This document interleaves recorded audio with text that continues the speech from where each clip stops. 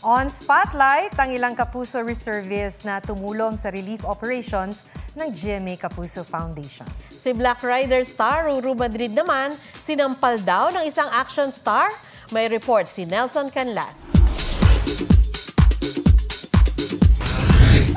Black Rider star Ruru Madrid, inalala ang pagsampal sa kanya ng veteran actor na si Philip Salvador. Sinampal dahil nag-audition ako.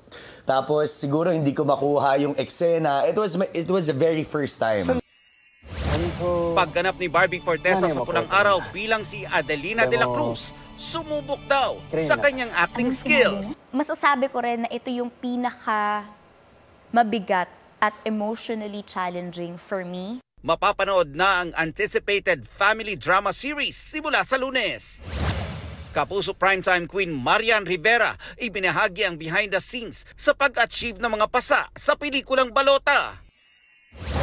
Navy reservists Dingdong Dantes, Rocco Nacino at Miss Universe Philippines 2021 Beatrice Luigi Gomez kaisa ng GMA Kapuso Foundation sa relief operations. Nelson Canlas nagbabalita para sa GMA Integrated News.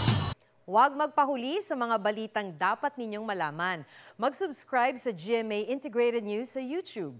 Sa mga Kapuso abroad, subaybayan nyo kami sa GMA Pinoy TV at sa www.gmanews.tv.